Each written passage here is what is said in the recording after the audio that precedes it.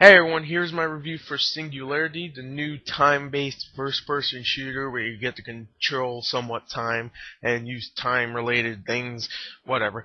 It's new, it's been out for a little while. I got it about a week ago. I bought it a couple weeks ago, but I got it about a week ago, and hey, I'm here to review it. I beat it. I really want to talk about it. So let's go on to the story of Singularity. Okay, now story in Singularity is pretty good, I have to admit. Everybody was saying, it's kind of bland, blah blah blah.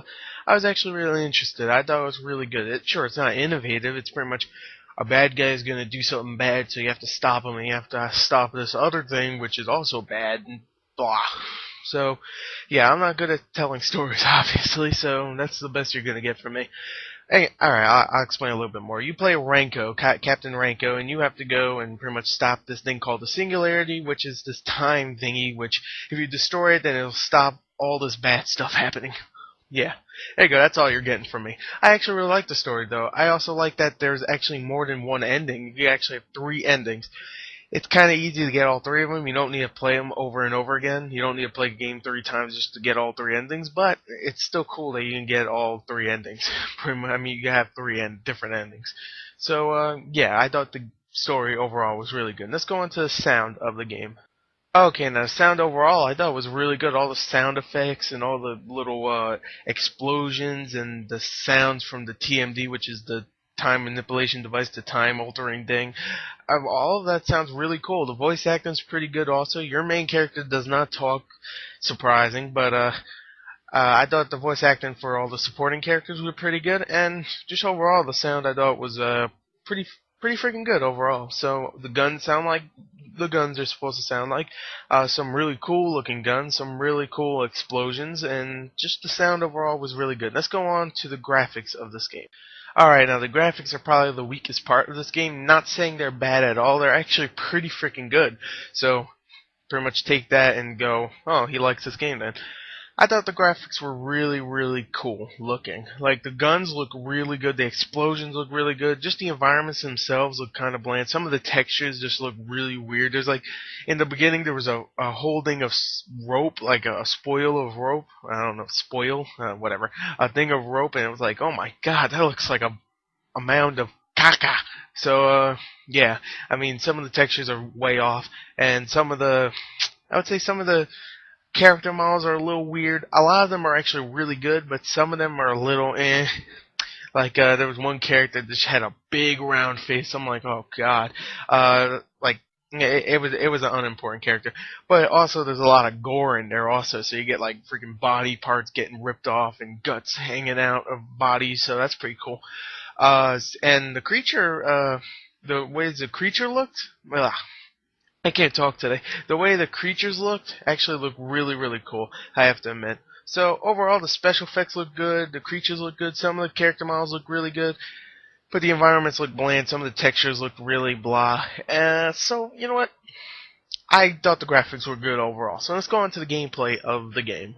Okay, now the game is pretty much a first-person shooter, and sure, it's mixed with a lot of time manipulation things, but it's mostly a first-person shooter. You get some time things where you can make a big bubble that stops time, which is really cool. It's pretty much like a shield, where you can stop everybody, shoot them in the face, and then bring it back to regular time, and they just blow up. There's one where you can just pull it's like a melee attack where if they get too close, you can just freaking send them back, and they explode in a million pieces. There's ones like there's one where you can revert a regular human into a monster and make them kill all the other guys, which is really cool.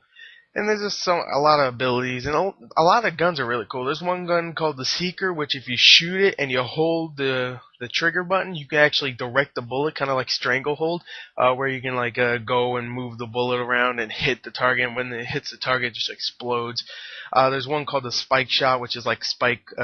You have to hold it, charge it, shoot it, and it's like a spike hitting a guy. And that one was okay. There's also grenade, and you also When someone's throwing a grenade at you, you can levitate it and throw it back, or a rocket. You can bring it back, and you can like take things from them. You can take their shields away and smash them in the face with them. It's really fun. The gameplay is extremely fun, and there's a whole bunch of different ways to do stuff. So there's a high replayability, at least for me. And it's also a very creepy game. I have to admit, I didn't expect it to be this creepy. The first hour, everybody's saying it's very slow in the first hour. I thought that was probably the best part of the game because all you have is like one gun for like 30 minutes, and there's creatures everywhere, and you're like, oh my god, where are they gonna pop up? I'm scared because the pistol is not very strong. So you're pretty much getting raped by these things. You're like, oh my god, it's pretty creepy. I have to admit. So overall, I thought the gameplay was really, really good, and it's probably the high mark of the game. It's really fun, solid first-person shooter with some time manipulation aspects to it. Now, before I get to the overall, let me talk about the multiplayer just a little bit. The multiplayer is actually really fun, I thought. You get to play as the creatures or the humans. The creatures really cool. You get the puke or something. It feels a lot like Left 4 Dead. So you get to play as the creatures where you can either puke on them or attack them with big bomb projectiles or something, or you can just go and attack them or control them. You know, it's really, really cool, and it's very fun to play as the creatures. And you can also play as the humans where it doesn't feel very tense like a Left 4 Dead game would be, but it's very fun to play as humans in that part. And I thought the multiplayer, there's only two modes: there's humans versus the creatures, or there's extraction, which is where you have to go and blow up these beacons and kill all the creatures, kind of like Crackdown 2. So yeah, kind of Crackdownish. So yeah, I thought the multiplayer was really fun. You get rank ups and stuff. I don't think you get new weapons or anything. You just get rank ups. So there's not really any reason to keep playing just to have a high number on it. So whatever, take that for what it is. But it's still a lot of fun, and it keeps the game going, and I think the single player is definitely fun enough for you to go back. So there's my review. I really, really like the game. It's probably one of my favorites this year. Just like, it's not going to be on my top 10 yet, but it is really fun. But I have to see how I feel about it a little bit later on. I really enjoyed it. I thought it was a great game.